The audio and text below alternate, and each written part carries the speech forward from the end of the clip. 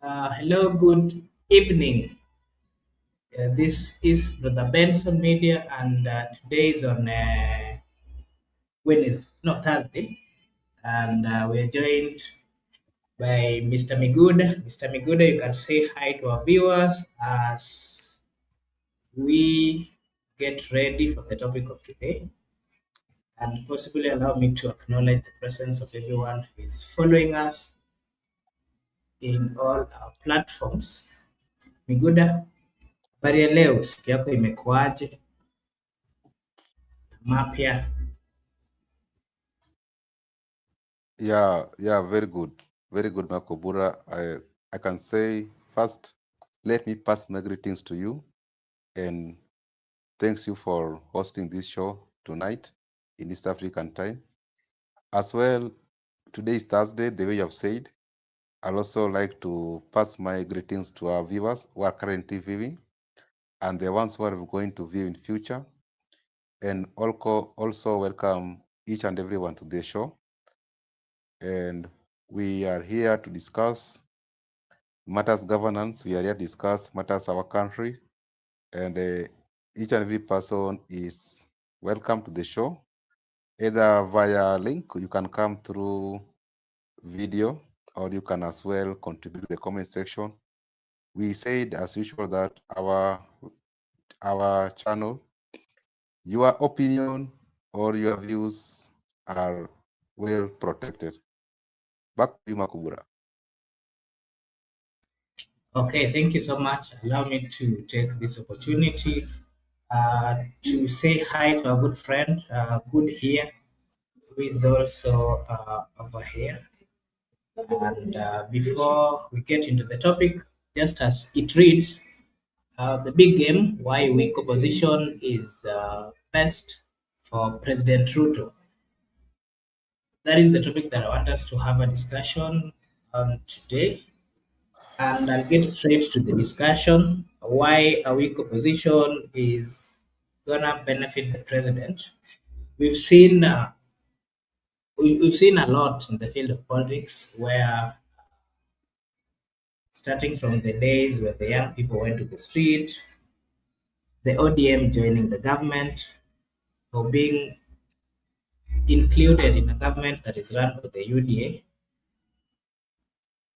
So part of what we want to discuss, you know very well that ODM has always been in the forefront in matters of opposition, but since they joined the government, we've seen them having quite a lot in terms of confusion. They've been confused, and we've seen quite a number of leaders from opposition having different views, different takes, and that again has made it. I don't know whether to put it as a weak link or so, but today I just want us to look into the positive side that all this confusion are causing, are benefiting the government side. And I want to I want to give you a scenario. We've seen quite a number of laws, the taxation laws, the IMF laws. You remember the housing levies, amongst others. The government side they've always had an easy time passing all these laws, and part of the reason is that the opposition side, there's a weak link within the opposition side. And that, of course, is being caused by the confusion and the high demand from the opposition side looking for lucrative government positions. We saw the ODM joining government and then they forgot about their role in the opposition. After that, we saw the united opposition being led by the DCP or Wiper also coming in face. But again, we've also seen quite a lot of rankles between those particular parties. So my question to you, Mr. Migode, if you can give us an explanation of how these confusions within the different political parties within the opposition are making it easy for President William Ruto in his UDA or in the Kenya Kwanza side to manage implementing all the agendas that they had in place. Miguda, you can give us your view on that. Before you come, allow me to just read what Goodyear here is saying that the president is 1,000 steps ahead. Guys, remember Uri is also working. Ruto's paycheck is great. We do not have united opposition because they're joining Ruto slowly but surely. It's a real long term. Yeah, so you can include your views in the comment as well. Okay. Makobura, if I'm loud and clear and audible, I can proceed. If I'm not, you can as well confirm from your studio. First, I'd like to also pass my greetings to our good friend Goodyear and welcome Goodyear to the show. I like the way you have actually elaborated the question. You have extensively elaborated the question very well. I agree with you that currently, as we speak, there is no team we can term to be a strong opposition. People are in opposition. We can say even the common mwananchi like Raia, we are all in opposition as well. And there is no one who is having a monopoly to be in opposition or opposition leader. You are in your opposition at your own capacity, at your own free will, depending on how you critique the government. First, I would like also to tell you that you have stated very clearly that right now there is no unity in opposition and there is no strong opposition. What we have is a weaker one. It is true because from the onset, I believe that from the eras of Moi, we used to have strong people who actually could critique government and could have massive followers like the late Kenneth Matiba, the late Mwai Kibaki. Remember, all of them came from opposition. They were doing great in opposition. And the people like Raila Odinga could also be detained without trial in that opposition. You have seen most of time when we are approaching our elections from 2007, when we came from referendum of yes and no, we were approaching 2007 election. We had a very strong team from opposition who had actually won against yes team in the referendum. So they were approaching the elections very strong and very aggressive compared to the Kibaki by that time in the government, and that made them to lead to confusion to an extent that we ended up in the post-election violence as a country. When we were approaching the 2013 election, remember Raila has been in government as a prime minister, but when they were approaching elections, actually, they team against the president, and it was very strong, effective competition between Raila and Uhuru. In 2013-17 election, they came from opposition. But what has been constant from the word go is Raila Odinga and ODM. ODM has been approaching elections as opposition, and as times goes by, 13, 17, 2022, they have been forming coalitions with other political party. As they do so, you understand that whenever they were doing so, they were creating what seems to be strong outside opposition. And they were very clear on their mind. But right now, their dynamics are different because we are going to approach elections whereby the ODM, which has been constant party from outside, currently are in working arrangement with the government, approaching elections, remember? So the teams which are left outside there, they are left to push, and no one is willing to come forth to fight for what other people are be fighting for. That's my view. That's why if you state the issue of weaker opposition, I can just say William Ruto is approaching elections smiling because this is not how Uhuru approaches previous elections. Actually, Uhuru approaches 2017 elections very tired because of the pressure from opposition. Uhuru approached 2013 elections with a very competitive opponent, and that's why most of those elections ended up at the Supreme Court because of that effective competition. Vis-a-vis, Kibaki approached the 2007 election with a very worthy and very competitive opponent. But right now, remember the opponent that was very effective and competitive in 2022 is now resting in peace. But the people who are organizing to tackle William Ruto right now, they are not that effective in my view. They are not that much strong. They are not moving crowds because what I'm seeing from my end is that the president tend to set agenda for them. As the opposition right now, you are naming them. Oh, President William Ruto, whenever he sets agenda, they tend to fall in that trap. And when President Ruto attacks them, they respond to him. They should be very clear and very objective in their moves. As opposition, they should be very alternative. That other than Nyota Mradi, what do we have? Or when we take over from William Ruto, what are we going to do to the people of Kenya? Other than SHA, other than universal health coverage, other than education, other than hustler funds, whatever. You should be very deliberate, very open, very objective, very predictable. That if I take from William Ruto, I'm intending to. So that's why sometimes he finds it's very easy, and that's why I'm telling you he's going to face this election smiling because he seems to be the person setting agenda for them. He seems to be the person setting any pace for them to move. If he's quiet, they are quiet. If he talks, they respond. If he makes a moves, they counter the move. So they are going to make it William Ruto. Let me conclude by emphasizing on the comment from the screen on Uhuru Kenyatta. Actually, Uhuru Kenyatta is making some moves that is very known, and is making some secret moves in the opposition. So you can ask yourself, who are the real actors? Uhuru seems to be calling the shots.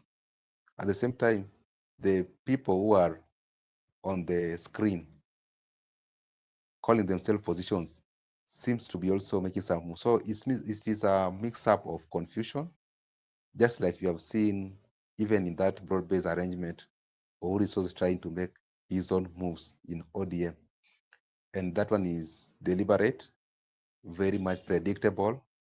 And that's why the people who are for William Ruto are actually to some extent uncomfortable with the moves being made by Uhuru Kenyatta. So that is my take. Back to you. Okay, thank you so much, Miguda, for giving us your view.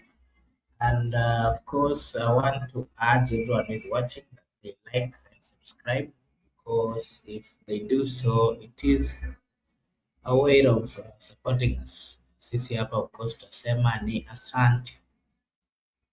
Naweza ona a good friend, good year. Sijui amepotelea wapi. It's been a while, good year. And he's saying that we have to be true to ourselves and we can't blame any term. The united opposition can't even name a candidate member to see off Ruto. For now, they should just leave behind interest and concentrate.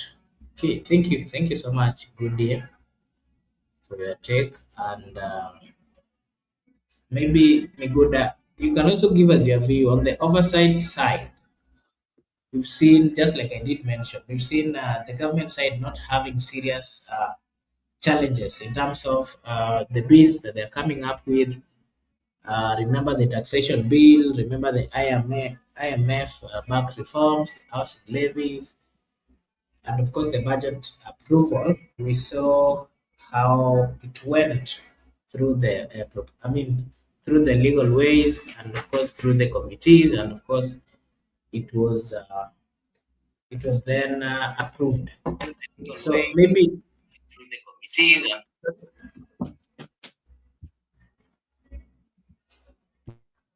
oh, okay, sorry. Okay, allow me to say hi to Brother Ben. Thank you so much, Brother Ben, for also finding time to join us. We really appreciate. And Miguda, I was saying that if you remember the many bills that have been passed, and if you compare how the other governments, look at the government of Kibaki, look at the government of Uhuru Muigai Kenyatta, so many times they had difficulties in passing certain bills, and especially if the opposition had an alternative view. This time round, we are seeing the government having it very easy. Look at the oversight side. We are not seeing uh, the oversight side has become a little bit weaker because we are seeing fewer serious accountability challenges.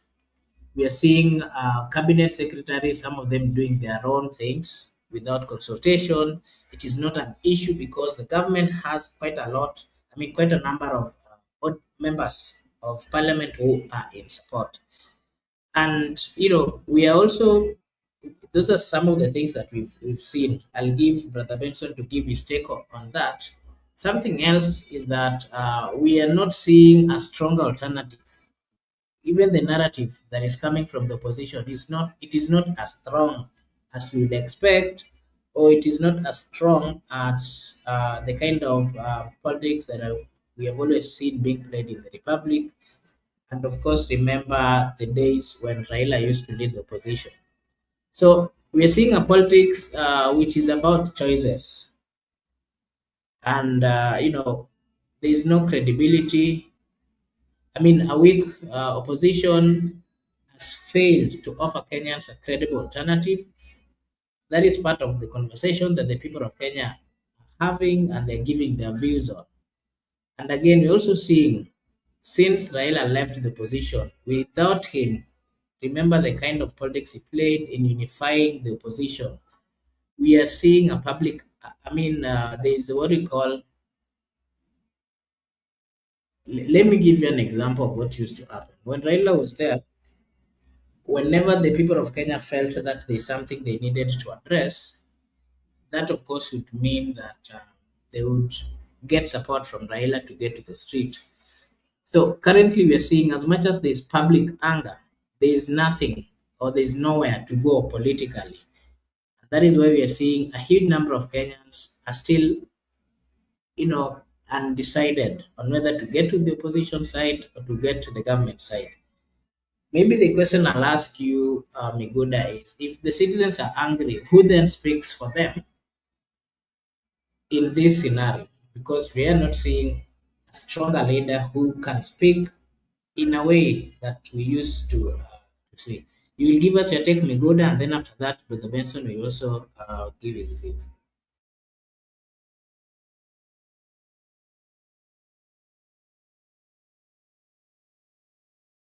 Miguda, Miguda, you Okay, can. okay. Thank you, Makobura. I just want to focus on the question you have asked earlier about the bill making process, because actually when it comes to the issues of Raila and opposition, I think I've tried to elaborate in my first submission. Maybe Brother Benson will come later and also try to clarify.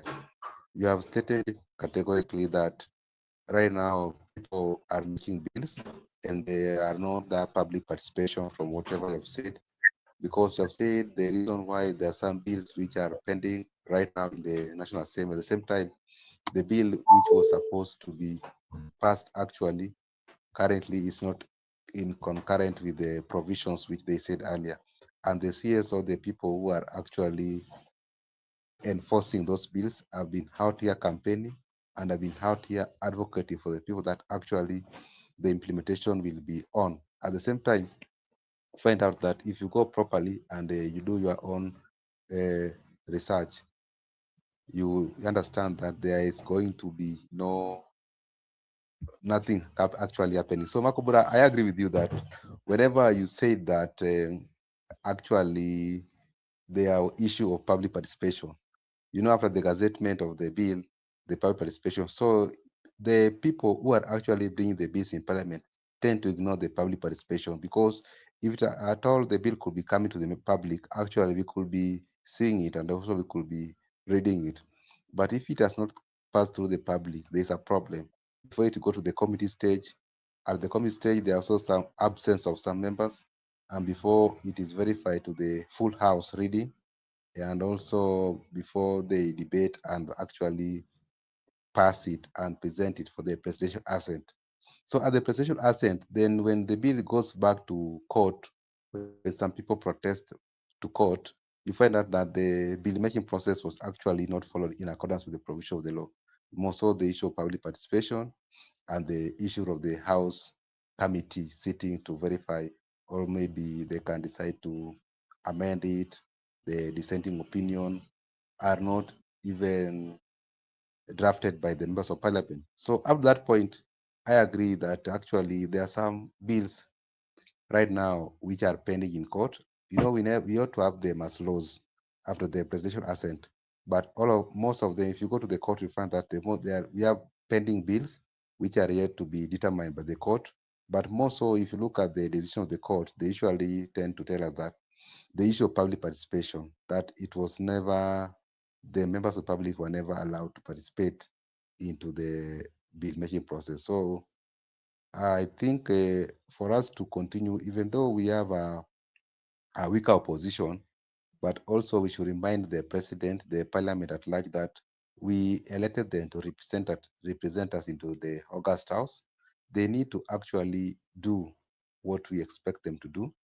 They should ensure that there is that full bill making process in any time, so that whenever it goes to court, it cannot be nullified based on the public participation.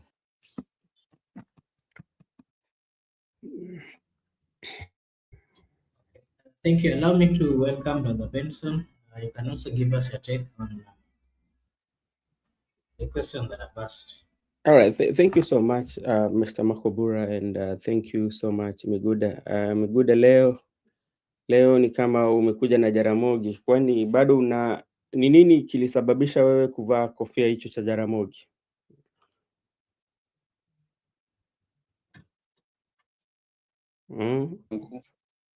Leo naweza sema tu nakala, na pia niseme, ningependa kuambia mazingira, niko katika mazingira ambaye lazima tu nivae kofia. Mazingira imeniruhusu kuvaa kofia, na hii kofia si Jaramogi peke yake, kila mtu ako na uhuru ya kuvaa kofia yake. Hii ni yangu.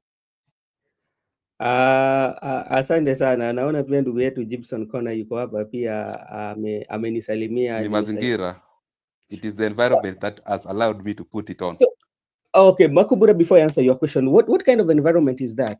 That has, because like we know that what you're putting on is always associated with, it is a brand for somebody. Like Jaramogi Oginga Odinga, that was used to be his brand.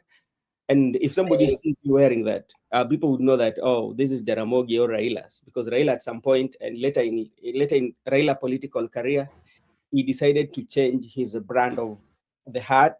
He had to come with the round one. Remember the one that he was buried with? That one became as like his signature. But this one used to be for Jaramogi. So what is this environment that has forced you to take us back to Jaramogi's line of history? Okay, I'm in a political environment today. Okay. Maybe many things are happening. Okay. There is something going on. Just let me disclose to you. We were supposed to take public participation so we are taking some people through public participation. Okay. There is a privatization of something. So a lot is happening. So we don't worry. That one is for another day. All right. Thank you so much, Mr. Miguda. Makobura, also thank you so much for the question. You know, when it comes to... For your information, even me, I've not really activated my video. Yeah. I mean the camera, but I have a similar one that I'm putting on just now. It's only that you will not be able to see me. I think I took over from Jaramogi. It's only that Miguda has copied me today. Okay, thank but you. Me every day, ever since siku hizi nimekuwa the son to Jaramogi. Yeah, good year. Migudas look great, but I was just trying to get the reason why, because that this this Kevin Obura never to be beaten. Okay. That's why I was asking, because like it is the other day that we celebrated the 32 years of Jaramogi, ever since he died in 1994. And yesterday you saw they were celebrating the life of Jaramogi Oginga Odinga. So when I saw my good friend and brother Miguda putting on this, I thought maybe he's still remembering the Jaramogi Oginga Odinga. I don't know when Jaramogi died. Miguda, Jaramogi died. Did you were you born then? Were you born then? Okay, I'm responding to that question. I know Yeah. Makobura's cape. I've seen, but Makobura, this mine is design one. That's why I was showing you this brand. Oh, This okay. one is this one is Even Kangol, mine, my even friend. mine is a design. It's a design one. so so so let me respond to your question, brother Benson. Makobura's got even two of them. Yeah. Jaramogi died when I was not yet born. Actually, I never Mm, saw Jaramogi. But mm, I think when he died, when he was buried, the one our second last born, because I'm the last born. mm, I'm the last born now. I'm the last born in our family. Our second last born was mm, born exactly on 1994 when mm, Jaramogi died. mm, So me, I came later. So that's why I never saw him.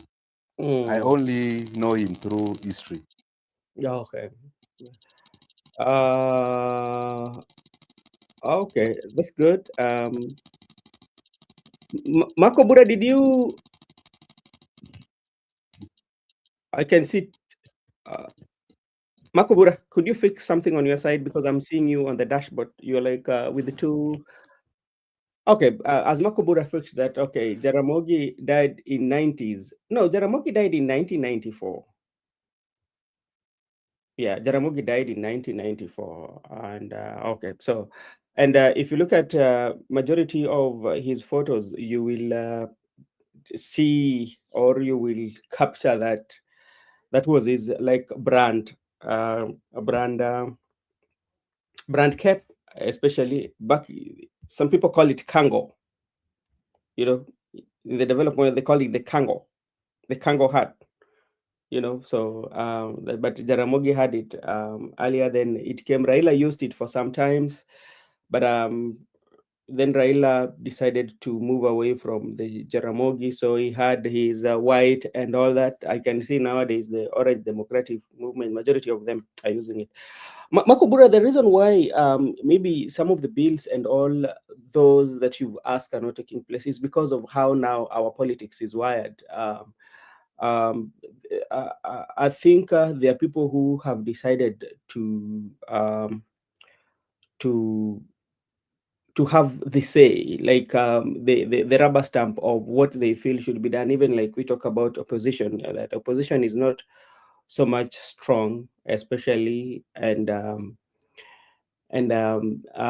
the and regarding on how people nowadays do not respect the rule of law, whereby they just decide to do things the way they want, or the way to tackle issues without following the law. So that's why like we are seeing majority of it in the public participation. And if you look at very keen on how some of these public participation are done, some of them are being done for formality, just to make sure that public participation was done, but not to really achieve the real spirit of public participation. Remember when Rigathi Gachagua was being impeached, and there was something called public participation that was done, and the people had to, you know, that public participation for Rigathi Gachagua was not the real one. It was like a mock public participation, and which sometimes do happen majority of the times. And when you look at another public participation, is usually that you just go for formalities, but the decision has already been made. So they don't meet those criterias. And even Miguda will tell you, we call it the law black book. How does it explain about the public participation? And how will you know that this is a reflection of the people? So that is something that is happening. But now when I come to the topic of today, especially we are looking at President William Ruto, and we are also focusing on 2027 Makobura. What I would tell you that President William Ruto is having a walkover, especially in this election. I'm not his supporter, or I'm not one of uh, or somebody who wants to promote his ideology, because like here we don't promote. As somebody who is the journalism, you don't have to promote, you can know it inwardly who you're going to support. But from where I'm looking at things, I'm seeing a position that is very weak, Mr. Miguda, and this one gives President William Ruto a really walkover. And I was listening to one of the podcasts, and somebody also gave this analogy. Hey, I can see now there's a competition. Makobura has decided even to come with the gogos. We call it gogos, summer gogos. The one for Jaramogi. Jaramogi had one like that, you know. You know, I don't know. Today is coincidence. Makobura. Even me, I have mine here. I'll put it. I have a Google here. Yeah. The similar ones. I don't know which. Okay. We can Yeah. proceed, Bro Benson. Okay, thank you so much. I can see you are descendants of Jaramogi anyway. So this is what I would say. I was just listening to one of the podcasts today, and somebody was saying that okay, one of the things that is going to make Ruto to win with a landslide is because of voter apathy. And how is this voter apathy going to reach people? That there is no motivational towards the voting. Like people have reached a point whereby liwe liwalo, sisi tupige kura tusipopiga itakuwa hivyo. And he was giving this in reference especially to areas that were strongly dominated by ODM. Some people will say that, okay, you know, like Baba is not there and he used to motivate people. So by having this weak opposition, especially, is very good for Mr. Ruto because it's going to sweep. And let's come again to the United Opposition. United's opposition, they are weak indeed. I'm talking about even Maraga today. I saw he had a presser with the Green Movement Party today. You know, and they're not hitting the point.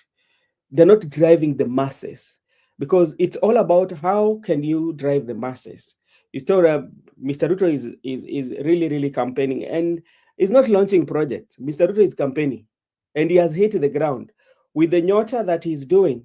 Everywhere he goes with these young people, talking to the young people and capturing the Gen Z and giving them this small money. That's how campaign is done. But we are not seeing a stronger opposition to come and counter, or to have our alternative. I listened to DCP especially today talking about even zoning.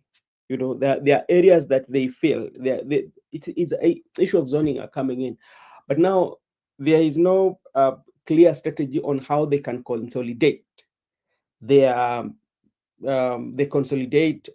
their followers. So I think President William Ruto will have it easy. And then again, come to ODM, which is also the center of discussion for quite some time now. Like the way they are divided.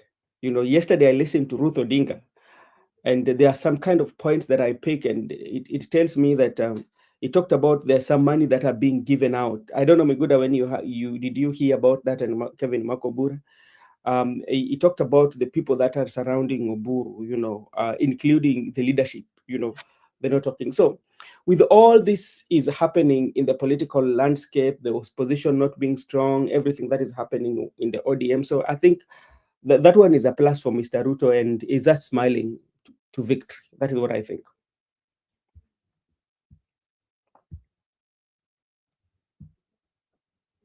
Okay, thank you so much. I can see Goodia is saying, was Ruto and Mudavadi told by the court that it's illegal to merge UDA and ANC? Yes, I saw that. Yeah. And the court even clarified that whatever properties were taken by UDA from ANC should be returned, and that the way that amalgamation was done was not legal and did not follow the laws of the Republic of Kenya. Yeah, maybe allow me to give Miguda to give his view on that before we get to the next topic, and then you'll also give your take on the same. Okay.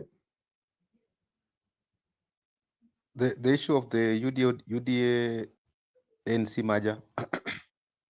Mhm. Okay. Okay. First, from the court, we have been the determination has been made that it was unconstitutional to actually continue to merge UDA and the ANC, whereby ANC was rendered useless and no longer in operational as political party. But remember, ANC participated in the previous election, and ANC were having some elected leaders into the county assembly, maybe in parliament one, and ANC is part of the coalition for the Kenya Kwanza. So there is a structure on how you can actually decide to get out of the coalition, then later decide to abandon your party, or you go to the ORPP to actually remove the party, but you don't merge, then you assume that there is no process, there is no law in your mind that UD and NC are actually right now, they have been joined together, they're working together, so there is no ANC in your own imagination. But they were not proper, because even by the time the ANC was being formed, actually, there was a process which was followed. Mhm. Through the ORPP, then you register political party, registration, the color, or how you are going to blend your political party. But you Yeah. cannot just today wake up and say, okay, we are together ODM and UDA in our mind. Then we render all our elective position to UDA. No, it is not that properly. So I think the court pronounced, sorry, the court pronounced itself very well to the current ongoing issues, Mhm. because we are a country of the rule of law. Sometimes our leaders or ourselves, we tend to believe that things can be done outside the context of the law. When we Yes. call ourselves a constitutional democracy, it Mhm. means that it is proper for us to operate within the context of the law, because it is very much effective, and that's why we are sovereign, and that's why we promulgate our constitution 10, that Kenya is a sovereign state.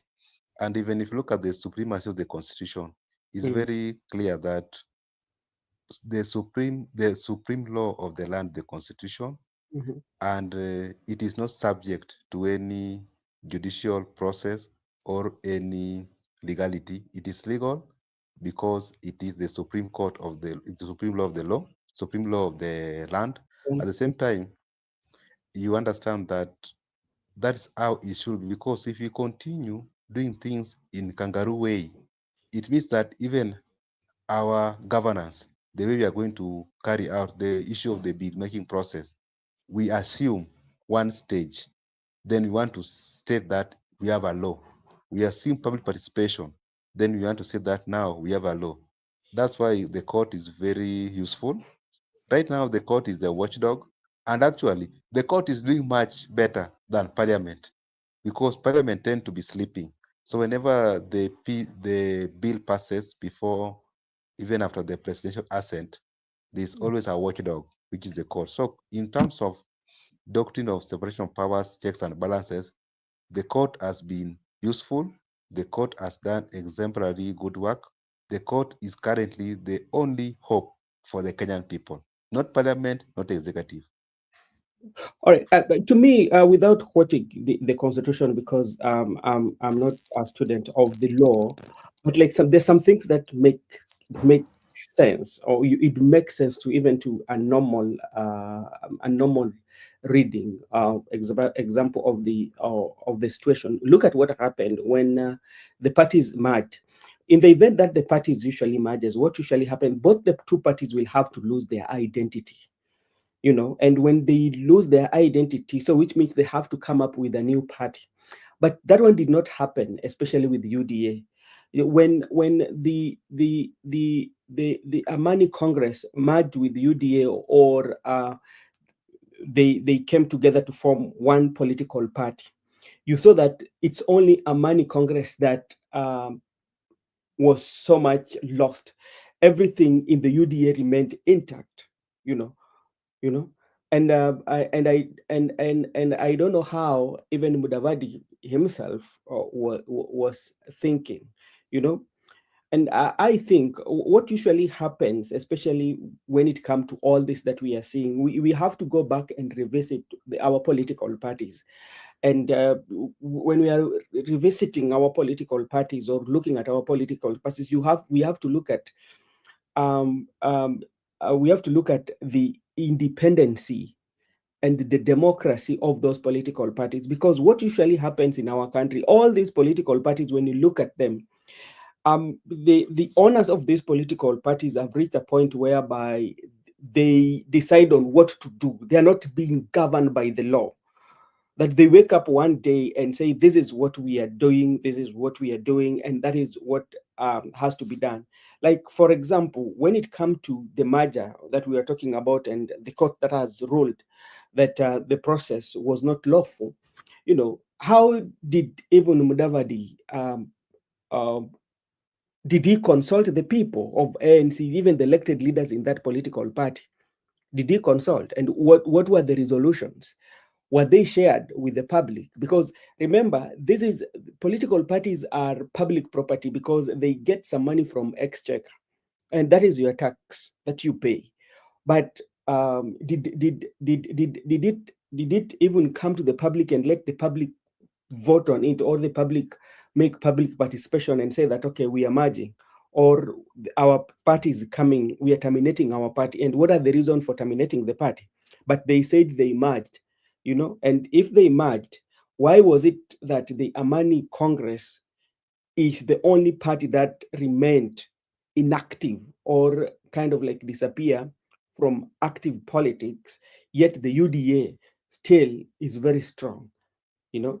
So, and that one brings us to what Orengo was saying, the idea of killing off political parties. Then you ask yourself, then what was the main reason for us to have the political parties, multi-partyism, whereby you have like multi-political parties, whereby people can air their grievances, people can air their views. So when it comes to the law, especially following the rule of law, we are not doing good, especially as leaders in our country, Kenya. We tend, there are those that we feel this is the law. There are those, if it doesn't favor us, then we will question. But if it favors us, then there's no need. So that is what I think.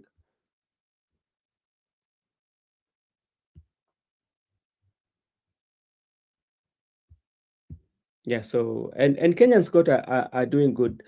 Um, you know, Makobura, are you still there? Okay, so thank you so much, Brother Benson, and maybe something else that you can give your views on. We saw the court also nullifying quite a lot. There is this office of advisors, the 21 advisors that were given a chance by the president, including David Ndii, um, Macau Mutua, Professor, amongst others, Jao, a list of 21. And apparently, we're being told that they were being paid an amount similar to that which is paid to the cabinet secretaries. And from the information we are getting, if suppose the president heeds to that directive by the court, then there's a possibility that Kenya will be saving 500 million every month. That's a lot of money, one which can do a lot in matters of taking Kenya to Singapore. As Joseph Kariuki is saying in the comment section, what are your views, Miguda? Do you think the president and this government will heed or will respect this particular decision by the courts? Miguda will give us your take, and then Benson will pick up. Okay, Makobura, thank you. First, you have also stated the issue of court dealing with the issue of 2021 advisors. Let me tell you one thing. We are very clear as a nation. The constitution is very clear. If we can only follow the constitution to the letter, we do not have a problem. But from my understanding, these leaders, not that they are ignorant about the law or the advisors do not understand the law. Actually, they know what the law states and they know what actually should be done. But they are now contravening the law. They are doing contrary to suit their own interest. So provided it fits my own interest, I don't follow the law. The law is only applicable to me when it's not fitting my interest. But whenever it fits my interest, that is not the law. Because if you talk about the issue of the reason why I'm very glad by our court is because the courts are very clear. The courts are only using Article 3, the supremacy of the Constitution. That's the only tool they are using to kill out all those nonsense in court. Because whenever we have a constitution, and this one is very much important, our constitution, this envisages of Bill of Rights and fundamental freedoms. In the Bill of Rights, there are some provisions, there are some rights, there are some freedoms, like the right to life. That is an inherent right for all of us. We have a right to life. And even if in our constitution, there is still recognition of alternative justice system, alternative dispute resolution system, whereby the customs laws can be applicable in the country. We have the African customary law, which we are practicing in our country.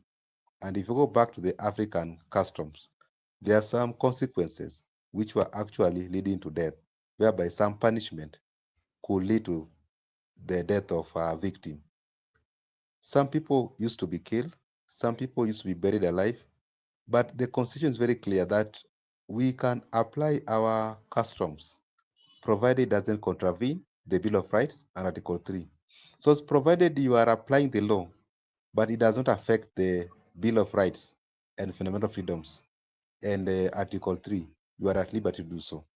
But here's a situation whereby there are some laws which are being brought to Parliament, and they want them to be applicable to the Kenyan citizens, but they are contravening the Bill of Rights and fundamental freedoms. At the same time, these laws, they are contravening Article 3, which states very clearly, I think paragraph 4 or 5, that any law, including customary law, even international law, that is inconsistent with our constitution is inconsistent to the extent of inconsistency. So there is no international law or customary law or any statute that is going to contravene our constitution, then you end up dealing with it that you want to assume.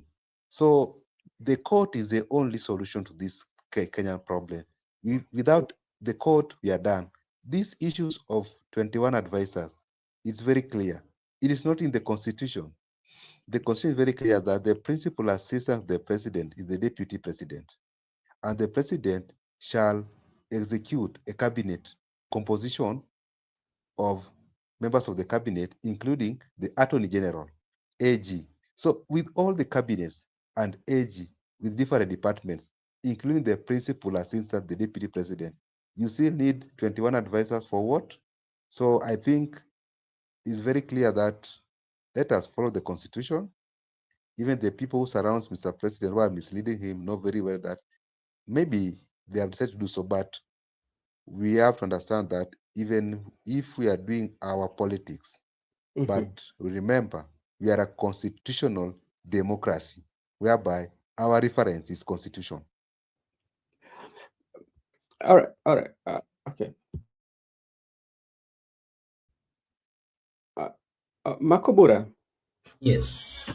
because Miguda has really explained it in terms of looking at the constitution and the law, which is okay. But to me, I want to take political angle. You know, when you look at all these 21 advisors that the is being or is in question, you have to look at what point or when were they appointed? One, most of them, especially like ODM think tank, including the son of Oburu Odinga, these were they were appointed after the Gen Z protest.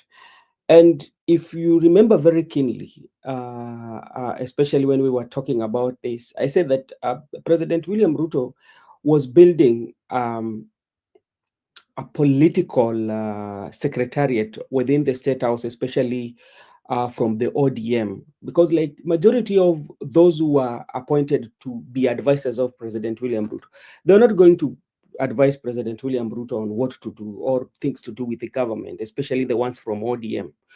Those who are going to be as the secretariat, those who are going to monitor on how they can implement the strategy for President William Ruto for 2027. Because look at it, Makao Mutua is not only Makao Mutua. Majority of them, including Adam Solo, was also there. But if you look at them, yeah, good number of them are from the ODM side, or they were very, very, very close think tank of the Right Honorable Prime Minister Raila Amolo Odinga. Now, come to the rule of law, and we've said, and we will say again, that sometimes our leaders do not want to follow the due process or to be good respecters or to be very loyal to the law. If they feel that it's not favoring them at any point in time, especially politically speaking, what President William Ruto was doing by that was, first of all, was to get it was buying the love, especially, or buying the loyalty from those who are very close to Raila Amolo Odinga. And there was no any other way that he could do it by not appointing the people who are very loyal to Raila Amolo Odinga. There was an article that Makao Mutua wrote about President William Ruto on how he promised himself he cannot work with President William Ruto. Yeah, yeah. What was Oburu-san not one of the very special advisors to? Yes, and those were not professional advisors. There was a political appointment, to buy that loyalty, especially for those who are from the Baba side, to see how ODM has been given the good junk of we are in government. In other words, what sum it up, tuko kwa serikali, na kama tuko kwa serikali, so unaona ODM ndio wa advisor wa president, so which means we are implementing the manifesto of ODM. But that one is just a political tool, other would say, but a political tool. So you ignore the rule of law, but fulfill the political part of it. So that is what I think.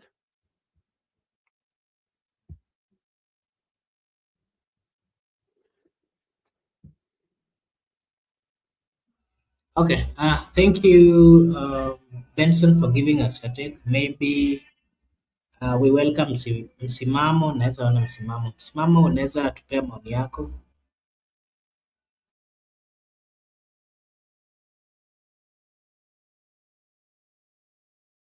Gumza sasa, sijui kwamba labda kichwa ni gani, lakini kabla ya awali ya yote nimsalimie kwanza ndugu yangu hapo, pokea zangu, hosti pokea zangu, mwenye ameenda Benson na pokea zangu, lakini pia ule upande wa pili, ule upande wa ndugu yangu hapa, mwanafunzi wangu wa Kiswahili Gudia, alafu na kuna Chamo Hussein pia wapokeza kwangu, lakini labda mnieleze haswa kiini ni kipi haswa, angalau nipate kuanzia hapo, kwa sababu nimeingia kuchelewa na already nilikuwa mko katika mazungumzo. Labda topic ya leo ni gani? Maski nikazungumza yangu na si yale ambayo tumeweza kuyapangia kwa leo. Kwako kaka, asante.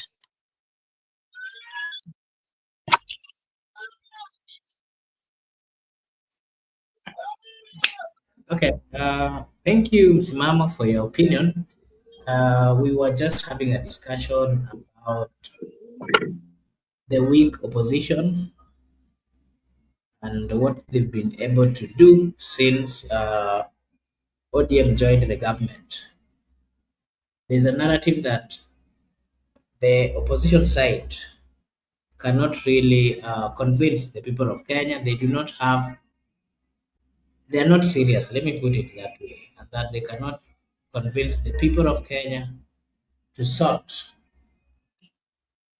or to support them in acquiring, the positions that they are looking for. And part of the examples we've given is that the bills, there are quite a number of bills which have been passed by the government side, We've not seen the opposition resisting. Look at the days when Raila was the opposition leader. We would see them resisting to an extent that majority of them would, would leave the parliament and cause a lot of disturbance. Currently, we are not seeing that. We're also seeing when you come to the oversight, the oversight has become weaker.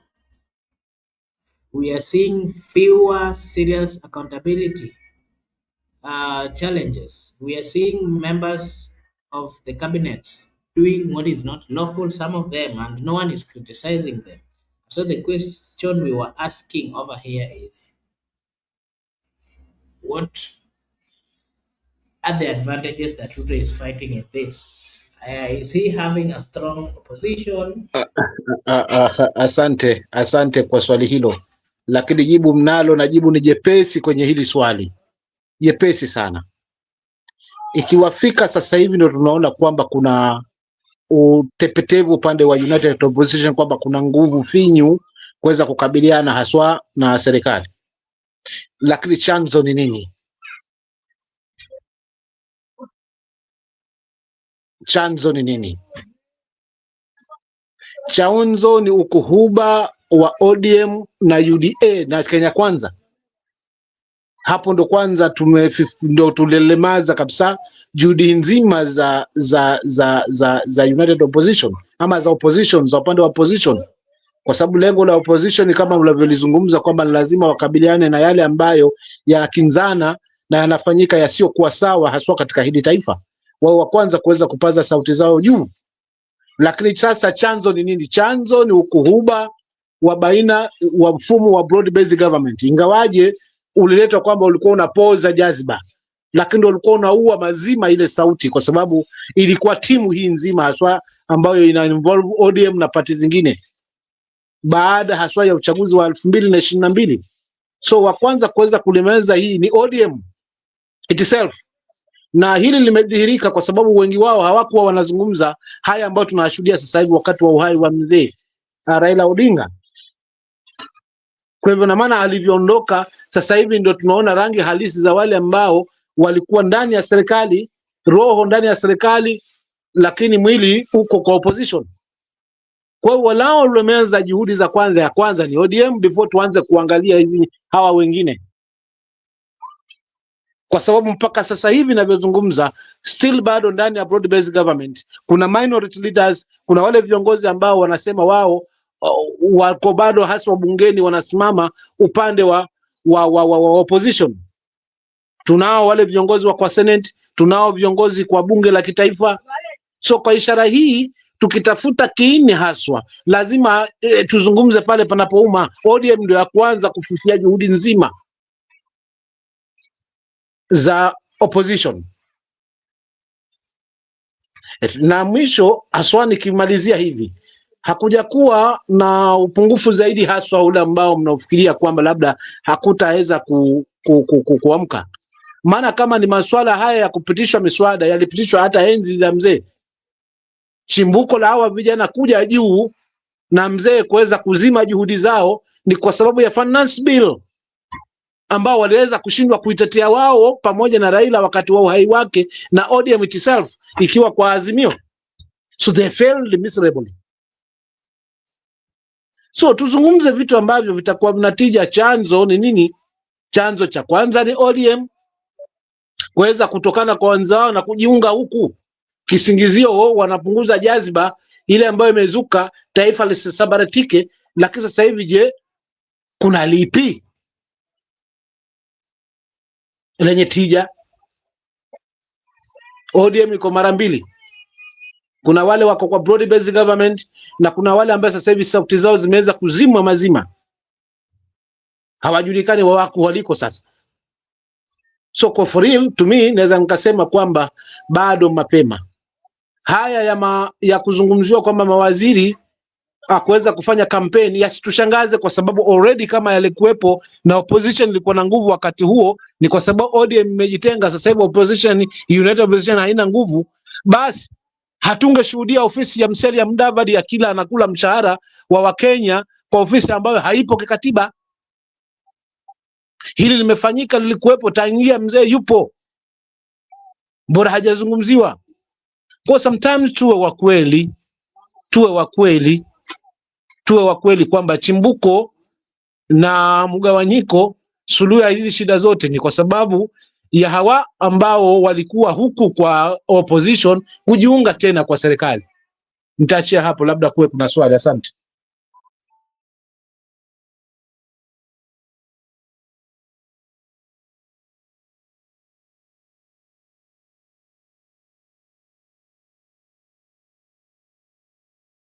Okay, thank you so much.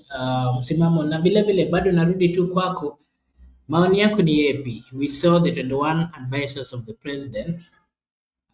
The court gave its pronouncement that it is illegal and that it is not constitutional and that particular department should be disbanded and everybody should go back to their homes.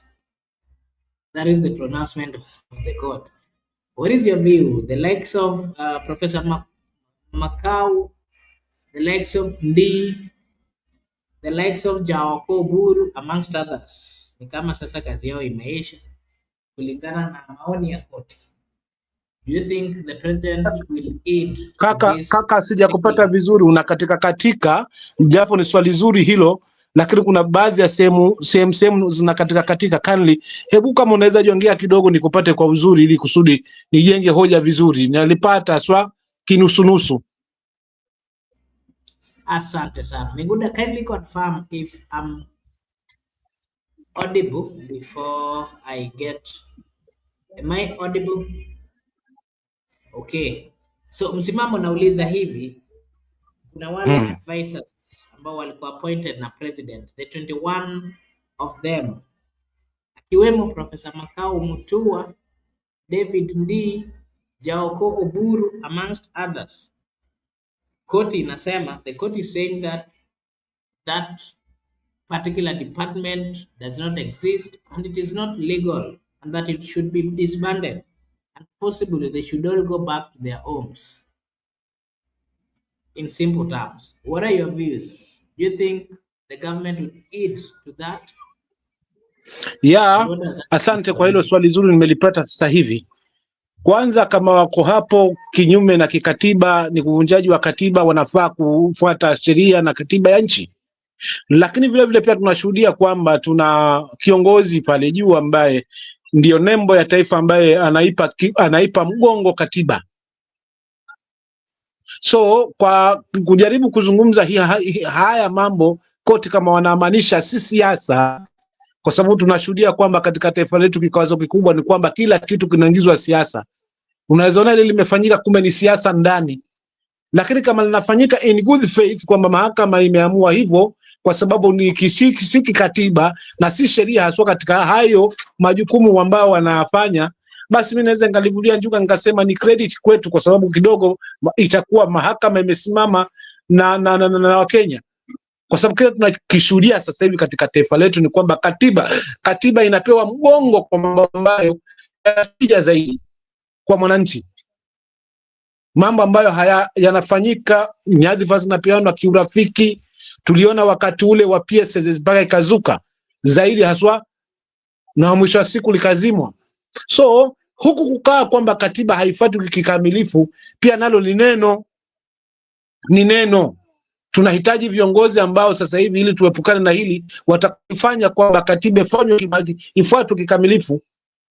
Hapo ndo hapo maoni yangu, kama mimi naweza nikarai kama Wakenya na ndugu zangu hapa, tuangalie viongozi ambao wanatija, ambao wataweza kusimamia haswa masuala mazima, kwamba sheria itakuwa sasa ina mkava yoyote yule, haijalishi hadhi, kazi, cheo, rangi wala dini.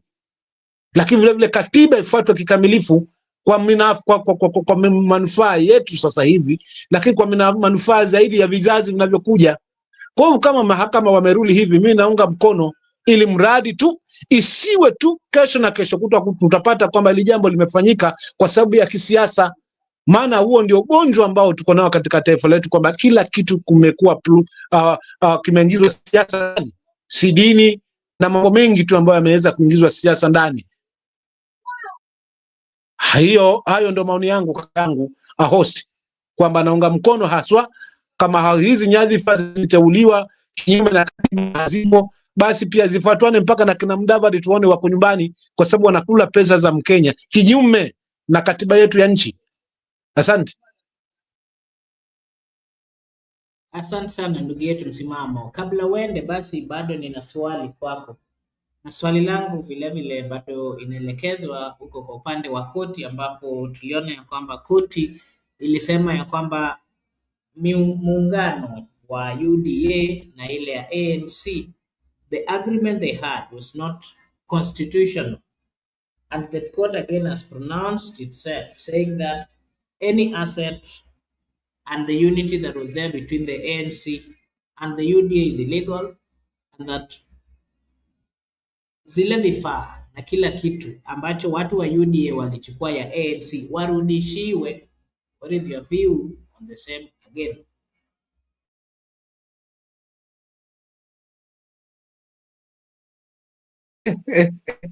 Jamani, huo ni mkojo, lakini mavi yako nyuma. Unajua unaotangulia ni mkojo, alafu kinyesi baadaye. So kama kodi imeamua hili, nalipongeza pia kwa mara nyingine. Wacha ya Ngoso yapewe Ngoso, ya Kaisari yapewe Kaisari. Lakini je, ni funzo gani kwa hawa wakubwa wa ODM wanaojichanganya tena hapo? Maana siku zote mwenzako akinyolewa chako tia maji. Hakama nsindi hivi, koti imeamua hivi. Huku huba wa broad based government upo kisheria, kikatiba. Na je, huku huba wa ODM sasa hivi kwamba sisi tuliachwa hapa kwa broad based government ni kisheria? Na kama NC ilifanywa hivi, je, ODM nayo imejipangaje? Maana ni ODM ndio inajikurubisha hapo, lazima ni nyumba ya mtu itakuwa na sauti, ama ni sifa ambao wanaweka pale kwamba ni chama pendwa, chama ambacho kimeanzia River Limpopo mpaka siyo River Nile. Tutabaki na hizo hisia ama tutakwenda kwa reality? Kwa hiyo mimi naweza nikapongeza tena kwa mara ya pili kwa hili, maana ni fundisho haswa kwa hawa wakuhuba ambao wamejichanganya tena. Yale ya ANC ndio haya ambayo tunashuhudia kwa ODM. Kwa hivyo wajipange hapo, na pia koti wangelizungumzia hili. Asante.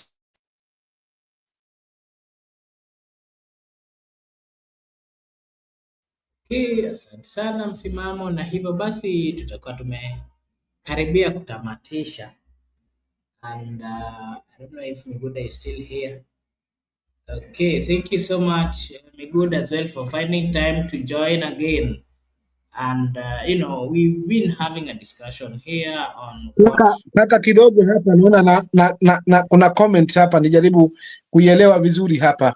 Inasema hivi, the agreement was between Raila and Ruto, not the people, but Raila has gone, so it seems kama hiyo agreement ilikuwa ya Raila na Ruto. Sasa Raila ameenda, sasa hiyo agreement nani sasa ambayo ina nguvu? Imeisha.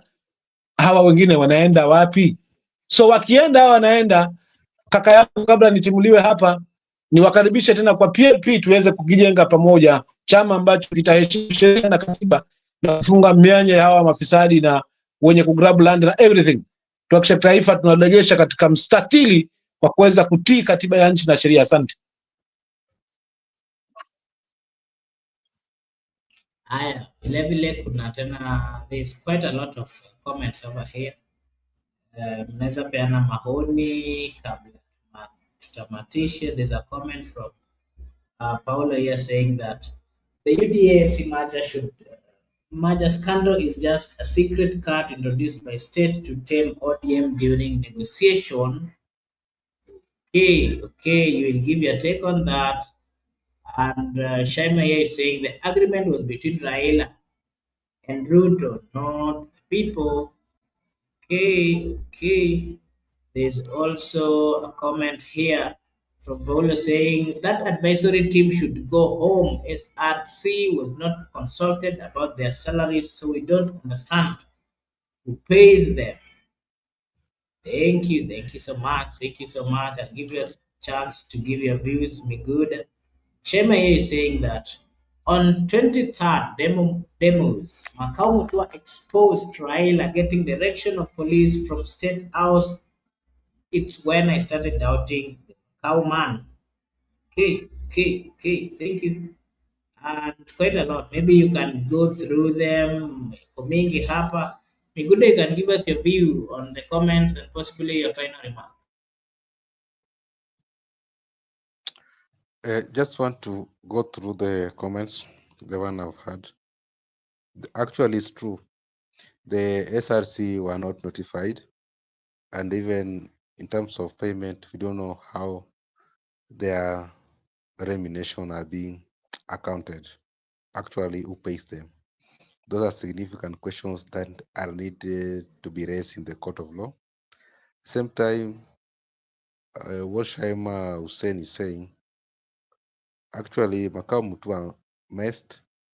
You know, Raila was on a war. He was fighting, doing demos. And of course, he was receiving intel from the State House. That was part of the strategy so that you can know which route to take because his life was at risk at that time. Then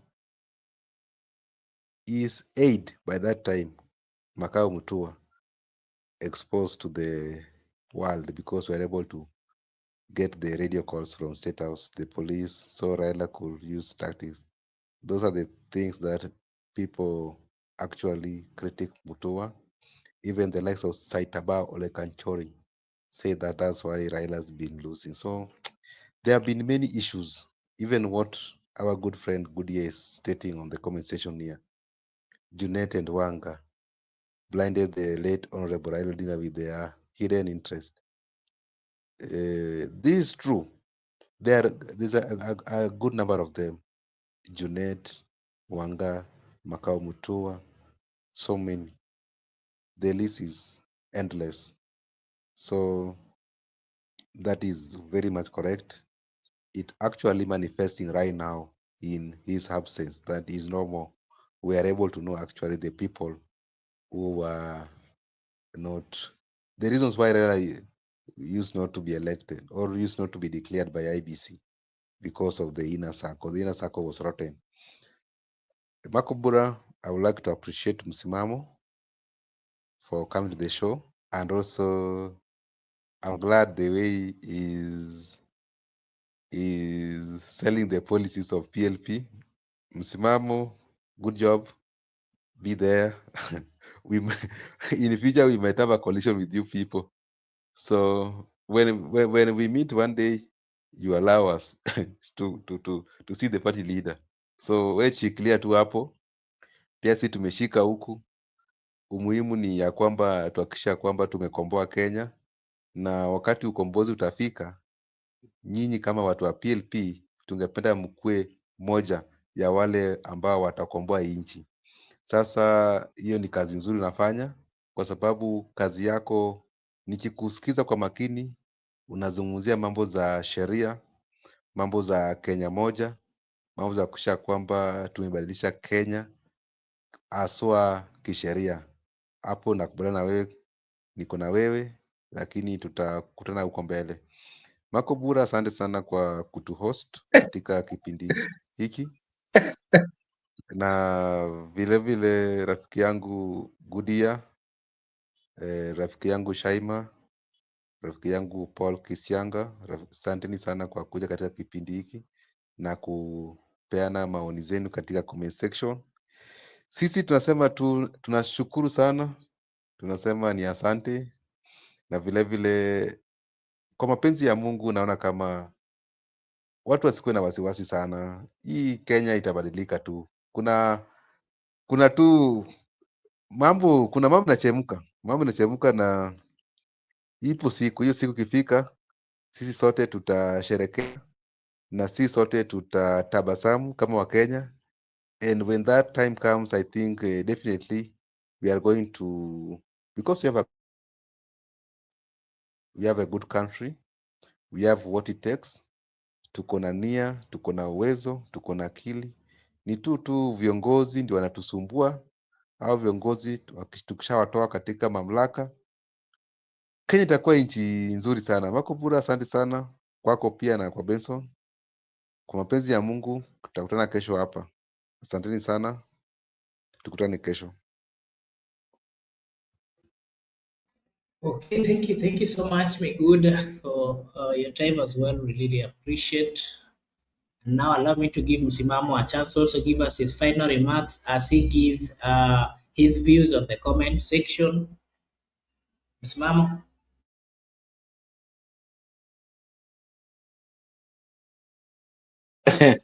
Asante sana ndugu yangu Miguda, asante sana ndugu yangu hapo Mark, na wale wengine ambao wako upande wa section kule comment section. Kwanza nimependezwa sana na kauli na mazungumzo ya ndugu yangu hapa Miguda ya ukomavu. Unajua, tusijipate pale kwa kukanganyana kwamba labda ushabiki unatuchukua zaidi, but hata kama tutakuwa tuko katika vyama tofauti, lakini lengo letu liwe moja, kwa sababu mwisho wa siku huu mzigo unatulemea sisi kama wananchi. Wao wakila na kusaza, sisi tumeachiwa ushabiki. That's why naungana na kaka yangu hapa na nitaendeleza hili, lakini vile vile pia nimkaribishe kwa moyo mkunjufu, haswa ili tukiendeleza hili tuliendeleze katika hali ambayo itakuwa ni usawa, kwa sababu kile ambacho tunakikosa hapa sasa hivi ni kwamba ni tunaregeshwa pale tulipokuwa kwa mtukufu, order from above, na ni vitu ambavyo vili dominate for almost miaka 24, tukawa tunashindwa tutavianzia wapi kuweza kuvipunguzia makali yake. Na katika hiyo vurugu mechi ambayo inasemekana leader wangu aliweza kuchangia ushindi huo wa 2027, lakini mwisho wa siku ndio katika huo uzao wa haya matunda ambayo tunafaidi sasa hivi ya katiba mpya, katiba ambayo sasa hivi inapewa mgongo. So to me naweza nikasema hivi kwa kwanza kwamba nafasi tunayo haswa kama Wakenya, na tujaribu kujumuika kwa pamoja, tuache masuala na ukabila. Tuangalie kwa sera, kwa sababu taifa letu linatuhitaji sote na hatuna mahali kwingine. So tujaribu kutathmini hawa viongozi wanakuja kwetu na gea hizi zote, lakini wamesimama wapi mwisho wa siku? Je, wamesimama na sisi, ama wanatutumia tu kama ukuta, ama wanatutumia tu kama kanga wenye chongo, tunafukulia wenye macho? Kama wananchi lazima tuwe katika hiyo hali na tuwe alert this time around, kwa sababu mageuzi ya kweli ni tuyaendee kama wananchi kwa kuweza kusimama na viongozi ambao watakuwa na tija. Haijalishi kwamba katoka wapi, lakini based na track record zao tutaweza kusimama na kuweza kuchambua magugu na mbegu. Lakini vile vile ni washukuru wale ambao wako upande wa comment section, wakiongozwa na ndugu yangu hapa James Kona na Paul, unaona, na wale wote ambao wanaania swafi, kwa sababu hatungekuwa hapa kama taifa letu, hatungekuwa tunazungumzia haya kama taifa letu lingesimama katika hali ya sawa. Tungekuwa tunaangalia ni jambo gani jipya limeletwa na serikali ambalo linamfaidi mwananchi, lipi ambalo haswa linatulenga. Tungekuwa tunazungumzia taifa ambalo tunakisha kwamba linatunda rasilimali badala ya kunyonya nchi, linampunguzia mzigo haswa mwananchi, haswa katika masuala mazima na elimu na afya. Tunaona kwamba haswa mwananchi amewezeshwa. Wale ambao hawajapata kisomo kisawasawa, lakini wako na talenta zao zimekuwa ndio ajira kwao. So tunahitaji taifa ambalo hakika litakuwa na umoja na tija. Lakini tutalipataje hili? Lazima tusimame kidedea kuweza kuchambua magugu na mbegu. Ukuhuba wa wanasiasa haumaanishi ndio suluhu ya tatizo yetu. Ukuhuba wa wanasiasa ni kwa ajili ya wao wenyewe binafsi. Ubabe huu tunauona wa kuonyeshana vifua ni kwa ajili yao, nani bingwa nani si bingwa. Lakini mwisho wa siku tukumbuke kwamba wapiganapo fahali wawili nyasi huumia, na nyasi si wengine ni sisi wananchi. Kwa hivyo akili zetu tuzizenduke haswa pale wawili watatu naokaa nao karibu, wale wawili watatu unaokuwa nao karibu nao, jaribu kupeana hii civic education. It's through civic education itatusaidia, kwa sababu maamuzi yanafanywa kule juu, mwananchi hapewi nafasi, hauhusishwi kikamilifu na hawa viongozi. zaidi ya kutimka chama hiki kuingia chama kile, zaidi ya kutengeneza muungano hii kuingia hapa. Yote haya ni kwa ajili ya wao na kutufumba macho sisi haswa kama wananchi, kwa tuzinduke na tutengeze sehemu yetu na wao nao watengeze sehemu yao, na tukutane mwambani haswa siku ikifika. Asante.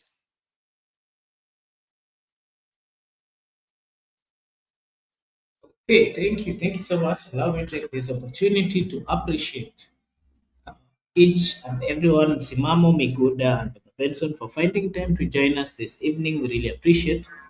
I want to take this opportunity to appreciate so much those who joined us at the comment section, of course, led by Goodia, Paul, Shaima. I saw Joseph Kariuki. I saw, there's a name here, so it's a little bit difficult. Yeah. So everyone who joined us, I want to take this opportunity to really appreciate. Thank you so much for always supporting us and for always joining us. Allow me to appreciate Brenda Obedi, Mike Onyango, Michael Ted, Evans Otieno, amongst others. We really appreciate. Thank you so much for finding time to join us. And I just want to remind you that this is Brother Benson Media. Over here, we do say that your opinion counts. If you're watching for the first time, kindly like and subscribe, because if you do so, it is a way of supporting us. Sisi hapa tutasema ni asante. Thank you so much, good friends, and we hope to meet you or to see you again. Asante sana Msimamo. Asante sana Miguda. Asante sana Brother Benson. Thank you so much.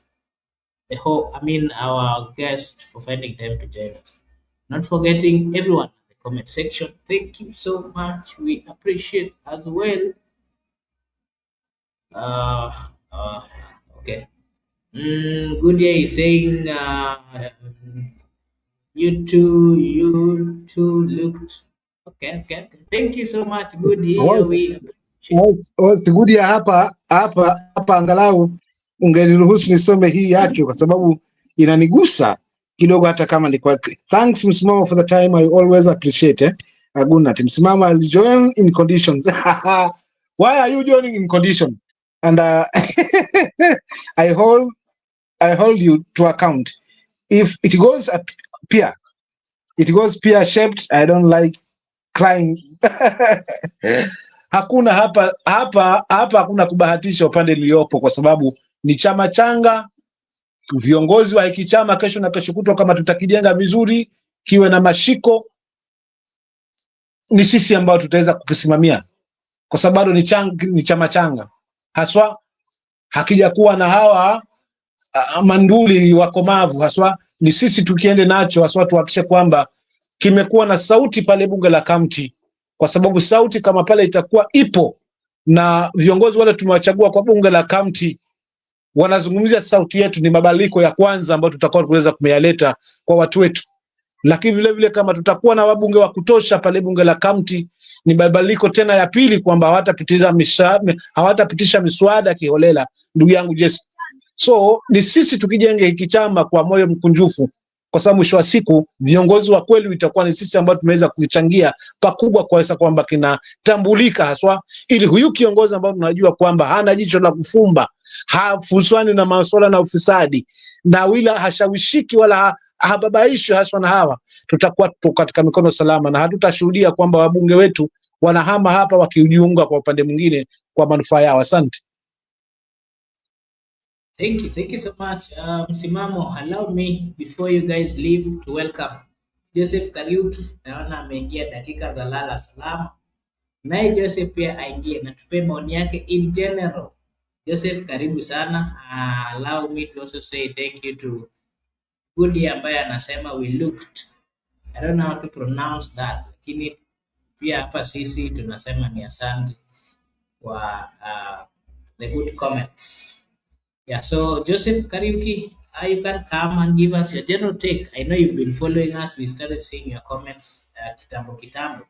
Sasa unaweza kuja utupe maoni yako tu in general before we call it a day. Thank you. You can hear me? Yes, you So are. I did not come to pressure you too much. I am back. I had some engagements, so I'm back.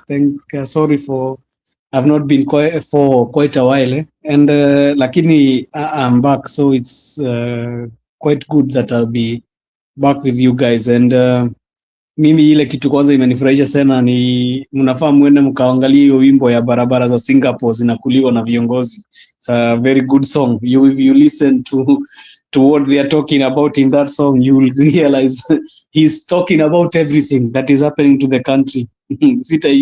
Sitataka hiyo wimbo kuinini hapa juu ya copyright issues, lakini kama utapata chance unaweza enda kusikiza hiyo wimbo ya wimbo ingine very funny. They are talking about I think that one should be one of the loyalty pledges in Kenya, because he's talking about so many of the things that are happening.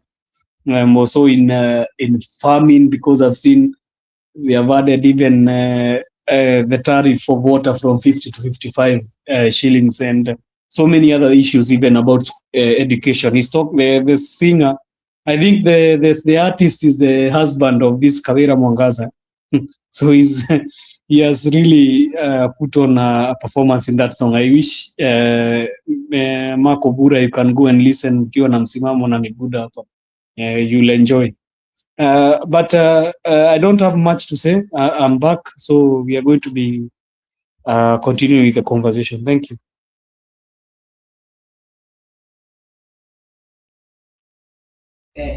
Joseph, did you say you are giving your take ama siku ingine?